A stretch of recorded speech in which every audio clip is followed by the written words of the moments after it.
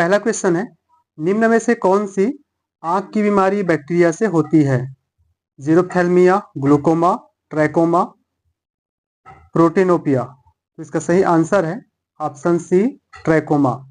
Trachoma की बीमारी chlamydia trachomatis नामक जीवाणु के द्वारा होता है। अगला प्रश्न है, जीवाणुभोजी किसे आक्रमण करता है? पादप कोशिका पर, जंतु कोशिका पर, जीवाणु पर, माइकोप्लाज्मा पर। इसका सही आंसर है ऑप्शन सी, जीवाणु पर। जीवाणुभोजी जीवाणु पर आक्रमण करता है। अगला प्रश्न, साइनो जीवाणु में कौन सा ग्रेन्यूल पाया जाता है? पॉलीग्लुकॉन, कार्बोक्सिसोम, गैस रिक्तिका, उपरोक्त सभी। इसका सही आंसर है ऑप्शन बी, कार्बोक्सिसोम। साइनोबैक्टीरिया में जो ग्रेन्यूल पाया जाता है वो है कार्बोक्सिसोम। अगला प्रश्न है, स्ट्रेप्टोमाइसिस वेनेजुएली का उपयोग निम्न में से किस प्रतिजैविक के निर्माण में होता है? Streptomycin, chloramphenicol, nystatin, tetracycline. इसका सही आंसर है ऑप्शन बी, क्लोरामफेनिकॉल। क्लोरामफेनिकॉल का निर्माण स्ट्रेप्टोमाइसिस वेनेजुएली के द्वारा होता है। अगला प्रश्न है, विषाणु में न्यूक्लिक अम्ल को आस्तरित करने वाला प्रोटीन आवरण क्या कहलाता है? Plasmid, capsid, vector, genome. तो इसका सही आंसर है ऑप्शन बी, कैप्सिड। अगला प्रश्न है, राइजोबियम के सोयाबीन के साथ सहजीवी संबंध द्वारा जैविक नाइट्रोजन स्थिरीकरण के संदर्भ में निम्न में से कौन सा कथन असत्य है? पहला स्टेटमेंट है, नाइट्रोजिनेस को कार्य करने के लिए ऑक्सीजन की आवश्यकता होती है। तो ये स्टेटमेंट जो है वो गलत है। तो इसका सही आंसर हो जाएगा ऑप्शन ए। बाकी सभी स्टेटमेंट, नाइट्रोजिनेस एमओएफई प्रोटीन है, ये सही स्टेटमेंट है। लेग हीमोग्लोबिन गुलाबी रंग का वर्णक है, ये भी सही स्टेटमेंट है। और नाइट्रोजिनेस N2 गैस को अमोनिया के 2 अणुओं में रूपांतरित करने में सहयोग करता है, ये भी सही स्टेटमेंट है। तो इस तरह से इसका सही आंसर हो जाएगा ऑप्शन ए। अगला प्रश्न है, प्रतिजैविक नियोमाइसिन किससे प्राप्त किया जाता है? Streptomyces ramosus, Streptomyces griseus, Streptomyces fradiae, Streptomyces venezuelae. तो इसका सही आंसर होगा ऑप्शन सी, स्ट्रेप्टोमाइसिस फ्रैडी।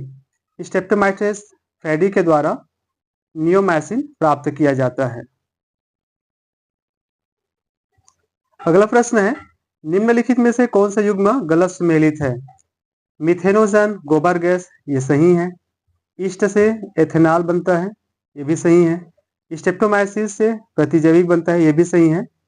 कॉलीमार्फा से सिरका, तो ये स्टेटमेंट गलत है। तो इसका आंसर हो जाएगा ऑप्शन डी, कॉलीमार्फा सिरका, ये गलत सुमेलित है।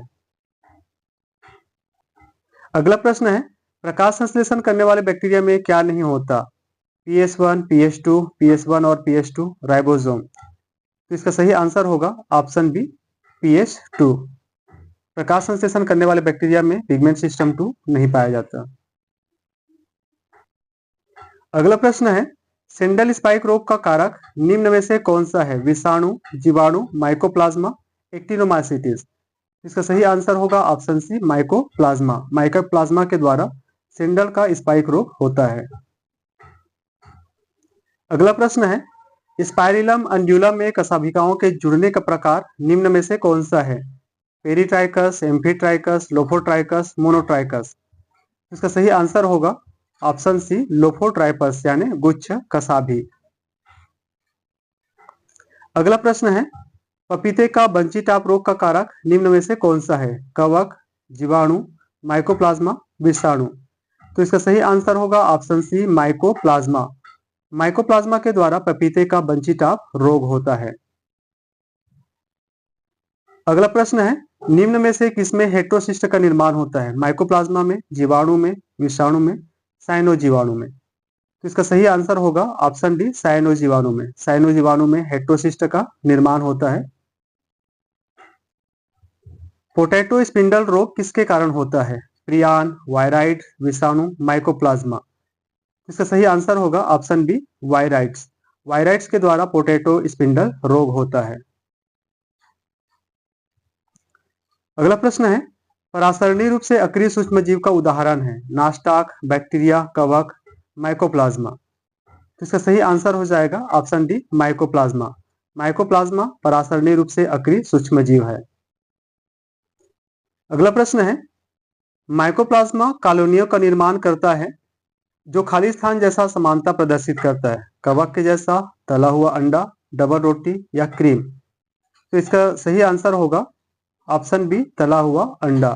माइकोप्लाज्मा जो कॉलोनी का निर्माण करता है वो तले हुए अंडे के समान दिखाई देता है। अगला प्रश्न है, कैप्सिड के कार्य के अंतर्गत सम्मिलित है। तो इसका सही आंसर होगा उपरोक्त सभी, यानी न्यूक्लियस अटैक से अनुवांशिक पदार्थ की सुरक्षा करना, पोषक से संलग्नता एवं पोषक के शरीर में विषाणु जीनोम का इंजेक्शन और विषाणु की एंटीजेनिक विशिष्टता का निर्धारण कैप्सिड के कार्य के अंतर्गत आता है। अगला प्रश्न है, किसकी कोशिका भित्ति में पेप्टाइडोग्लाइकान मुख्य संगठक के रूप में पाया जाता है? ग्राम ऋणात्मक जीवाणु, ग्राम धनात्मक जीवाणु, माइकोप्लाज्मा, साइनो जीवाणु। तो इसका सही आंसर होगा ऑप्शन बी, ग्राम धनात्मक जीवाणु। ग्राम धनात्मक जीवाणु में कोशिका भित्ति में पेप्टाइडोग्लाइकान की मोटी परत पाई जाती है, जबकि ग्राम ऋणात्मक जीवाणु में भी पेप्टाइडोग्लाइकान पाया जाता है, पर इनकी भित्ति में इनका परत पतला होता है। तो इस तरह से पेप्टाइडोग्लाइकान का मुख्य संगठक जो होता है ये देखने को मिलता है ग्राम धनात्मक जीवाणु में। अगला प्रश्न है, निम्न में से कौन सा विटामिन गट के अंदर बैक्टीरिया द्वारा निर्मित होते हैं? बी, ई, डी, के। तो इसका सही आंसर होगा ऑप्शन ए, विटामिन बी जो होता है ये गट के अंदर पाए जाने वाले बैक्टीरिया के द्वारा निर्मित किया जाता है। अगला प्रश्न है, निम्न में से कौन सा जीवधारी परासरणी रूप से अक्रिय होता है? माइकोप्लाज्मा, जीवाणु, नास्टाक, उपरोक्त सभी। तो इसका सही आंसर होगा ऑप्शन ए, माइकोप्लाज्मा। माइकोप्लाज्मा जो होता है वो परासरणी रूप से अक्रिय होता है। अगला प्रश्न है, केवल बैक्टीरिया एवं नीली हरी शैवाल में पाए जाने वाला अमीनो अम्ल है एस्पार्टिक अम्ल, ग्लूटामिक अम्ल, डाई अमीनो पामेटिक अम्ल, मिथियोनिन। तो इसका सही आंसर होगा option C, diaminopimelic अम्ल। ये केवल बैक्टीरिया और नीली हरी शैवाल में पाया जाने वाला अमीनो अम्ल है। अगला प्रश्न है, म्यूरेमिक अम्ल किसकी कोशिका भित्ति में पाया जाता है? नीली हरी शैवाल, जीवाणु, हरी शैवाल, ए एवं बी दोनों। तो इसका सही आंसर होगा ऑप्शन डी, ए एवं बी दोनों, क्योंकि म्यूरेमिक अम्ल नीली हरी शैवाल यानी साइनोबैक्टीरिया में भी पाया जाता है और जीवाणु की कोशिका भित्ति में भी पाया जाता है। अगला प्रश्न है, ग्राम धनात्मक जीवाणुओं की कोशिका भित्ति के संदर्भ में निम्न में से क्या सही है? कोशिका भित्ति कई स्तरों की बनी होती है, कोशिका भित्ति संबंधित ग्राम ऋणात्मक जीवाणुओं की अपेक्षा मोटी होती है, कोशिका भित्ति टिकोइक अम्ल की बनी होती है, उपरोक्त सभी। तो इसका सही आंसर होगा ऑप्शन डी, उपरोक्त सभी। अगला प्रश्न है, वृत्ताकार डीएनए अणु बनता है टीएमवी में, खमीर में, जीवाणु, हरित लवक तथा सूत्रकणिका में, वाल्वाक्स में। तो इसका सही आंसर होगा ऑप्शन सी, जीवाणु में, हरित लवक और सूत्रकणिका यानी माइटोकॉन्ड्रिया में जो डीएनए पाया जाता है वो वृत्ताकार होता है। अगला प्रश्न है, बैक्टीरियोफेज वायरस है जो बैक्टीरिया को संक्रमित करते हैं एवं मनुष्यों के लिए नुकसानदायक होता है, वायरस को मारने वाला या वायरस भक्षी होता है, न्यूक्लिक अम्ल अणु द्वारा बनी एवं प्रोटीन से घिरी संरचना होती है, उपरोक्त सभी। तो इसका सही आंसर होगा option C, bacteriophage virus nucleic अम्ल अणु द्वारा बनी प्रोटीन से घिरी हुई संरचना होती है। अगला प्रश्न है, बैक्टीरिया में श्वसन स्थल है एपिसोम, मेसोसोम, राइबोसोम, माइक्रोसोम। तो इसका सही आंसर होगा option B, mesosome. Mesosome plasma झिल्ली के अंतर्वलन के द्वारा बनता है और इन्हीं के द्वारा बैक्टीरिया में श्वसन का कार्य होता है। अगला प्रश्न है, माइकोप्लाज्मा बैक्टीरिया की कक्षा से संबंधित है आर्कीबैक्टीरिया, मालिक्यूल, साइजोमाइसिटीज उपरोक्त में से कोई नहीं। तो इसका सही आंसर है ऑप्शन बी, मॉलिक्यूल्स। अगला प्रश्न है, किसी ग्राम ऋणात्मक जीवाणुओं की बाहरी सतह पर पाया जाता है, वो antigen of LPS, Braun lipoprotein, ETS अवयव, उपरोक्त सभी। तो इसका सही आंसर होगा option A, O antigen of LPS. अगला प्रश्न है, सभी प्रोकैरियोटिक एक कोश की जीव संबंधित होते हैं, जीवाणु से, प्रोटिस्टा से, मोनेरा से, कवक से। तो इसका सही आंसर होगा ऑप्शन सी, मोनेरा। सभी प्रोकैरियोटिक एक कोश की जीव जो होते हैं वो मोनेरा जगत के अंतर्गत आते हैं। अगला प्रश्न है, निम्न में से सही कथन चुनिए।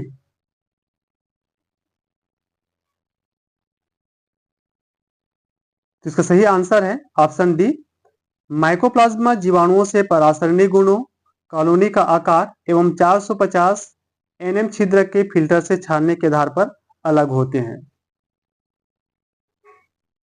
अगला प्रश्न है, फेज वायरस के मायोविरिडी परिवार का उदाहरण है, polyphage, Escherichia virus lambda, Escherichia virus T4, Escherichia virus M30। तो इसका सही आंसर होगा option C, Escherichia virus T4 phage virus के मायोविरिडी परिवार का उदाहरण है। अगला प्रश्न है, प्रकृति में नास्टाक के महत्व से संबंधित है, वे नाइट्रोजन स्थिरीकरण करने में सहायक होते हैं। तो बिल्कुल सही स्टेटमेंट है। वे व्यंजनों में विटामिन सी की प्रचुरता के कारण उपयोग में लाए जाते हैं, ये भी स्टेटमेंट सही है। इन्हें स्वच्छ जल के जैविक उपचार के लिए उपयोग में लाया जाता है, ये भी सही है।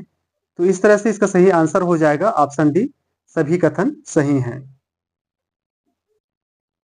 अगला क्वेश्चन है, प्लाज्मिड नाम किसने दिया, जैकब एवं मोनार्ड, लेडरबर्ग, रुथसेंगर, खुराना।